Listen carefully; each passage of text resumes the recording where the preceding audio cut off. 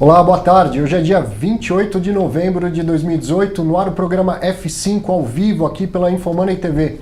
Hoje a gente fala de um assunto que não é novo, não é desconhecido, mas pode estar passando desapercebido. Você provavelmente tem um seguro de saúde, tem seguro para o seu carro, tem seguro para todos aqueles riscos que você percebe no seu dia a dia. E os riscos cibernéticos? E os seus dados? E os dados dos seus clientes? Você já pensou em fazer um seguro para isso? É um mercado cada vez mais importante, uma preocupação cada vez maior, e se tem risco, pode ter seguro. Eu converso hoje com o Marco Mendes, ele é especialista de seguros cibernéticos da Aon Brasil. Eu e o Gustavo Cunha, lá do Porto, que também vem bater um papo com a gente. Fala, Gustavo, como é que tá as coisas por aí? Boa tarde, Arthur. Boa tarde, Marco.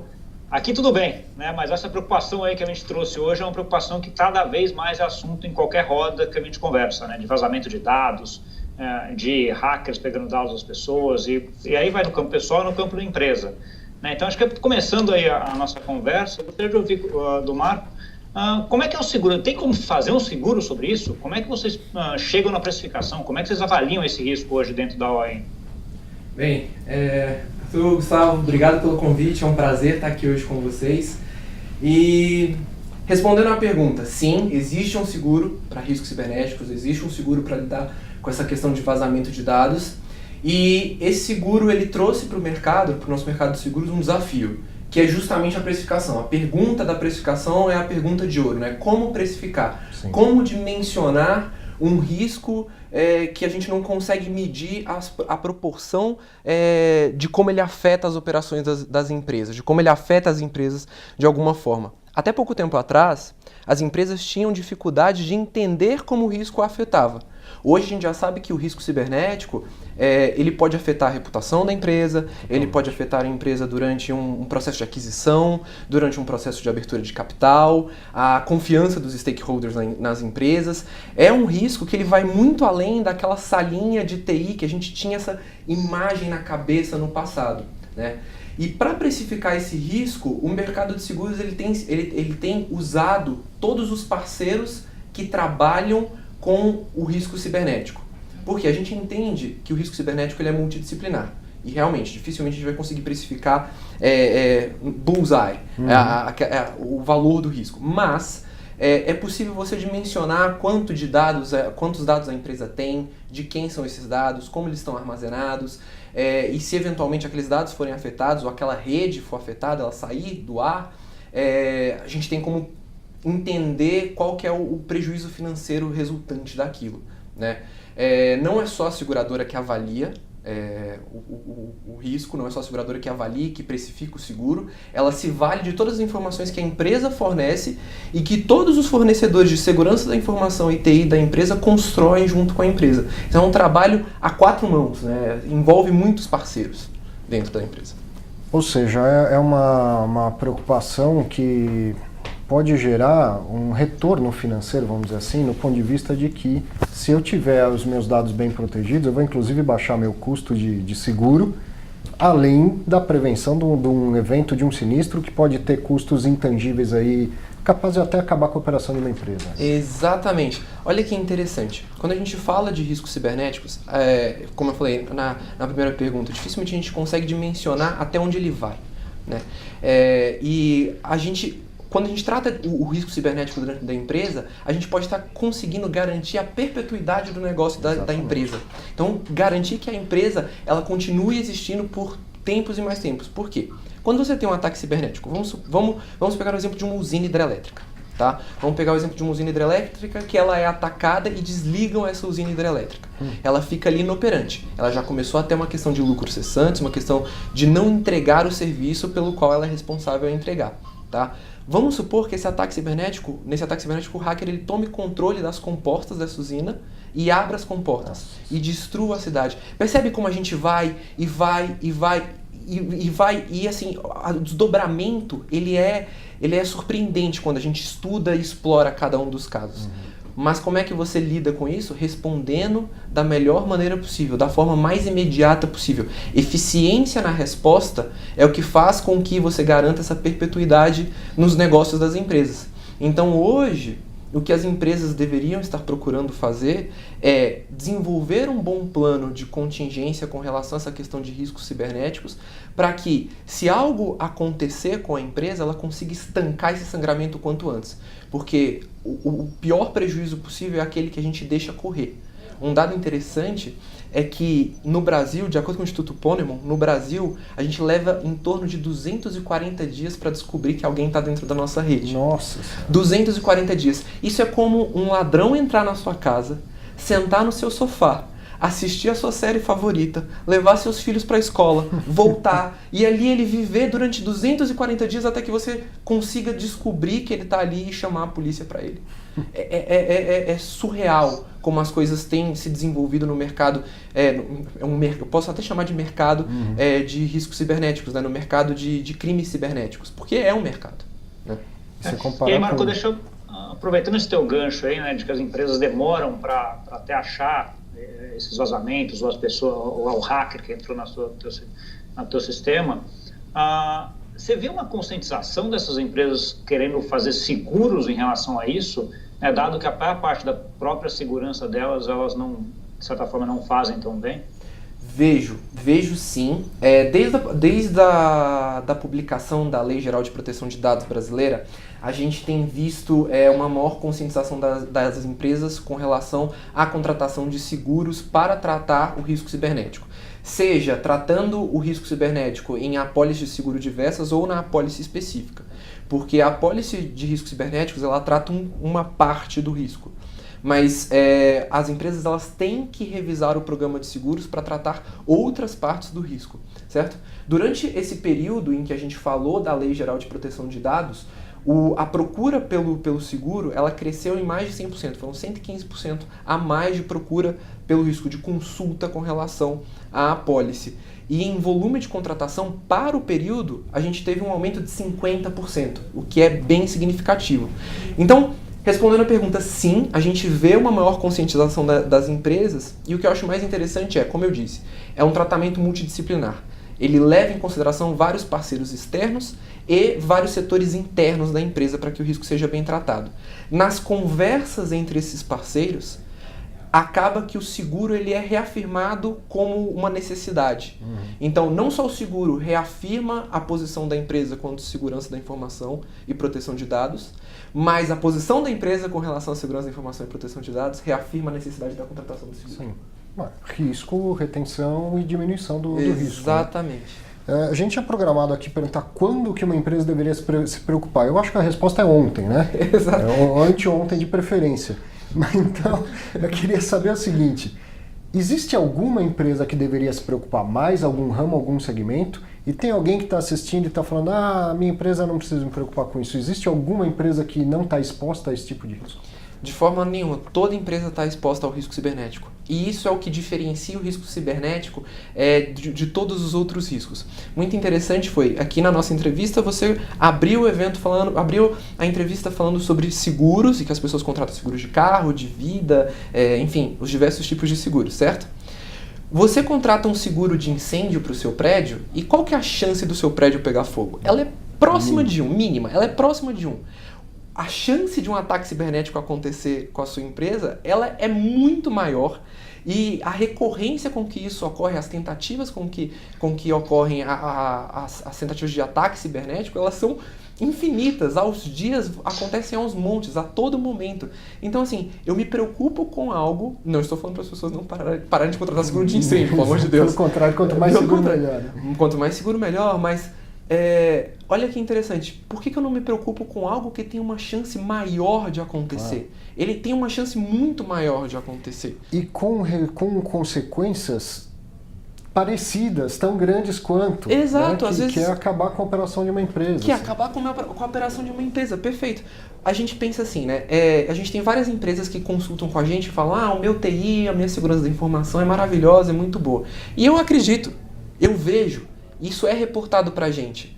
Mas a minha preocupação, muitas vezes, não é você que é um alvo grande e consegue se proteger. Você que é um alvo grande e consegue se proteger, é uma preocupação, mas você faz parte de uma cadeia de suprimentos. Sim. Você faz parte de uma cadeia de serviços. E, às vezes, essas empresas menores que se conectam com você em algum momento são uma porta de entrada muito mais atrativa do que o seu próprio sistema.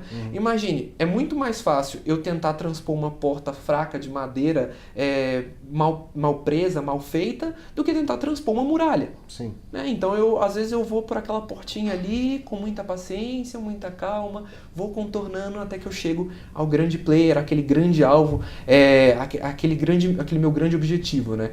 Então, assim, o risco ele se estende a toda e qualquer empresa, um conselho que eu costumo dar para as empresas é olhem mais para as cadeias de suprimento, né? Porque a tecnologia faz isso. A tecnologia faz com que a gente integre cada vez mais as nossas cadeias de suprimento, para otimizar a entrega do serviço, para melhorar a qualidade dos nossos serviços. Se a gente está fazendo isso, usando a tecnologia para fazer isso, para juntar as pessoas, para juntar as empresas, eu tenho que tomar mais cuidado, porque eu estou trazendo mais risco para dentro de casa. Eu tenho que arrumar um jeito de controlar isso aqui. Então é uma dica. Tá, e aproveitando um pouco dessa tua linha que você foi, Marco, você tem hoje um mundo muito mais globalizado, com cadeias muito mais integradas entre países, né, com fornecedores eventualmente de um país ou de outro, muita coisa na nuvem e não nos CPDs das empresas. Tem alguma coisa que é mais fácil de você ter ataque cibernético, que você especificariam mais o seguro? Ou você está na nuvem, está no CPD local, é a mesma coisa? Como é que é essa análise de vocês?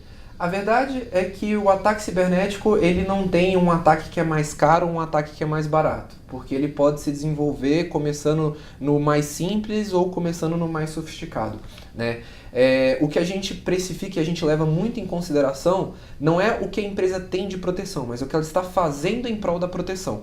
Porque, como a gente já falou aqui, tem muita empresa que está começando a descobrir como tratar o risco, ou se deve tratar o risco, ou de que forma ela vai abordar aquilo dentro do orçamento da companhia, né? Então a gente precisa entender como é que a empresa está tratando aquele risco, começando a trabalhar aquele risco, para efetivamente precificar uma apólice de seguro, né? Porque você pode contratar o seguro em 2 momentos, né? Existem 2 momentos onde você contrata o seguro. Ou você já fez todo o trabalho dentro de casa e aquele seguro, o preço daquele seguro ele vai ter um preço X com base nas informações que você vai fornecer de forma muito mais clara e objetiva, ou você não tem nada.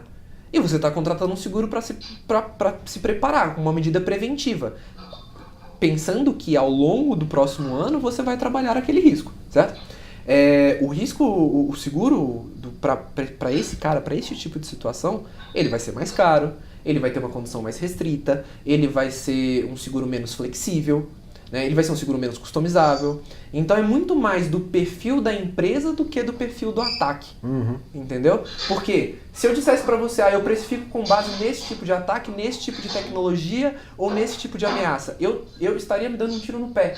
Porque ameaças, tecnologias e ataques mudam todos os dias. Então pode ser que eu fiz toda a precificação falando sobre o dia de hoje e amanhã tudo mudou, está tudo diferente e a sua precificação ela não está condizente com o risco real. Então a apólice também é atemporal, né, nesse sentido. Ela acompanha muito mais a empresa do que o risco em si. A gente precisa ajudar a empresa a responder, né, e não elencar tipos de risco e colocá-los dentro da apólice, porque ela precisa acompanhar essa evolução que é frequente e constante.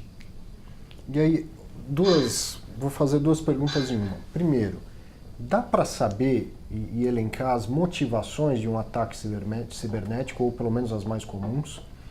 E esse tipo de ataque, ele sai de moda, assim, todo mundo está usando um tipo de ataque, depois ninguém mais usa esse, aparece um novo, mas aquele antigo ele não morreu, ele continua sendo uma eterna ameaça, é isso? Exatamente. Então, as motivações por trás dos ataques são as mais diversas, né? No começo, no surgimento da internet, lá na década de 90, os ataques eles eram feitos por diversão na sua grande maioria, certo? Então eu tinha jovens que estavam aprendendo a mexer com o computador, que estavam aprendendo a mexer com a tecnologia e estavam ali pelo desafio, certo? Isso foi evoluindo e começou a ter um cunho social. Então eu usava a internet agora para protestar, para expressar a minha voz. Isso durante o começo dos anos 2000. E aí a gente vai se aproximando aqui de 2010 e aí a gente já tem questões de espionagem corporativa, a gente já tem questões de guerra e terrorismo, como foi o ataque, o Petya no passado, foi uma motivação terrorista.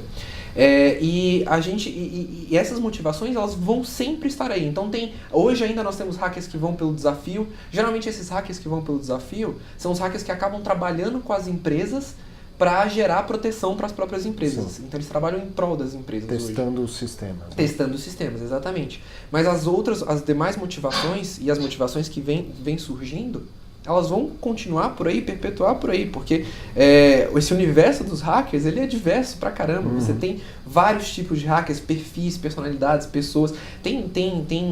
O criminoso cibernético, a dificuldade que a gente tem é de mapear quem está por trás. Sim. Você não sente a emoção, você não sente a expressão. Exato. Né? E com relação ao tipo de ataque, se ele sai de moda, se ele entra... Obviamente, aquele ataque que as pessoas já descobriram como prevenir, ele tem menos recorrência. Isso não significa que ele vai deixar de acontecer, né? Mas o que é interessante é que a comunidade dos hackers, ela se conversa. Então, se eu encontro uma vulnerabilidade na sua rede ou no seu sistema, eu vou para os meus colegas e falo, tem uma vulnerabilidade, uma rede ali, explorem. E a gente vai explorar, até que aquilo seja remediado. Então, esse é o comportamento do mercado. Pode ser que daqui a uns anos alguém esqueça de considerar um dos tipos de ataque que ocorreram no passado e isso se torne novamente uma vulnerabilidade. Mas a tendência é que eles fiquem de lado por um momento, mas não esquecidos para sempre.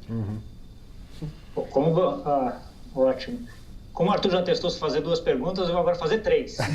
Por favor. A primeira como é que você vê o Brasil nesse processo, as empresas brasileiras nesse processo em relação ao resto do mundo? A segunda pergunta é assim, esses riscos são globais? Você citou o ataque lá global, ou o WannaCry também, que foi um outro. É possível fazer seguros contra um ataque que é globalizado em massa e que acaba afetando todo mundo? E a terceira, se você teve algum exemplo de alguma empresa, algum seguro que vocês fizeram e que a empresa precisou utilizar o seguro e recebeu e foi tudo certinho para você dar para a gente? Claro. Tá, vamos lá. Respondendo à questão do seguro pro tipo de ataque global, né? A questão do ataque global, ele é um ataque como qualquer outro, mas ele é em escala maior. Então, aquilo que é pertinente à própria empresa, o seguro consegue cobrir desde que a empresa tenha o seguro e ele tenha sido bem desenhado. Tá? Então esse é o primeiro ponto. O ataque cibernético global em larga escala, em escala global, ele não se difere do menor. Ele é um ataque como outro qualquer. A gente também tem a intenção as seguradoras têm a intenção de cobrir esse tipo de ataque também, se ele ocorrer. Com relação às empresas brasileiras, como elas têm se comportado? Quando a gente olha para os relatórios a respeito do mercado brasileiro, a gente vê que o Brasil ele fica muito aquém de onde deveria estar. Por ser uma economia tão procurada, por ser uma economia tão que pode gerar tanta oportunidade, o Brasil deveria estar trabalhando isso de uma maneira melhor. A gente parece que está sempre um passo atrás, né? Mas com a Lei Geral de Proteção de Dados, as relações internacionais, ou seja, as relações com os Estados Unidos e Europa, essa consciência tem aumentado. Por quê? Não só internamente, nós temos começado a entender mais sobre a questão do risco cibernético, mas o pessoal de fora tem exigido que a gente entenda mais. Então a gente tem essa cobrança de fora de que, olha, você precisa trabalhar isso para eu poder trabalhar com você. Então se eu quero expandir minha empresa, se eu quero internacionalizar minha empresa, eu acabo tendo que considerar proteção de dados e segurança da informação. Porque senão esse parceiro fornecedor brasileiro se transforma naquela porta fraca que você falou. Naquela porta fraca, exatamente. Então sim, as empresas têm procurado cada vez mais entender o risco dentro de casa, cada vez mais procurar o seguro para lidar com isso. E falando sobre a eficácia do seguro, tá? Eu não posso comentar os exemplos que a gente tem. Claro, a gente tem alguns nomes, a gente tem sim empresas que já tiveram já tem o seguro, usaram o seguro, foi um evento de phishing dentro da empresa e como o evento ainda não teve desdobramentos, a empresa ainda não precisou usar a pólice de seguro para remediar ninguém ou nada. Ela conseguiu conter aquilo de uma forma muito eficiente.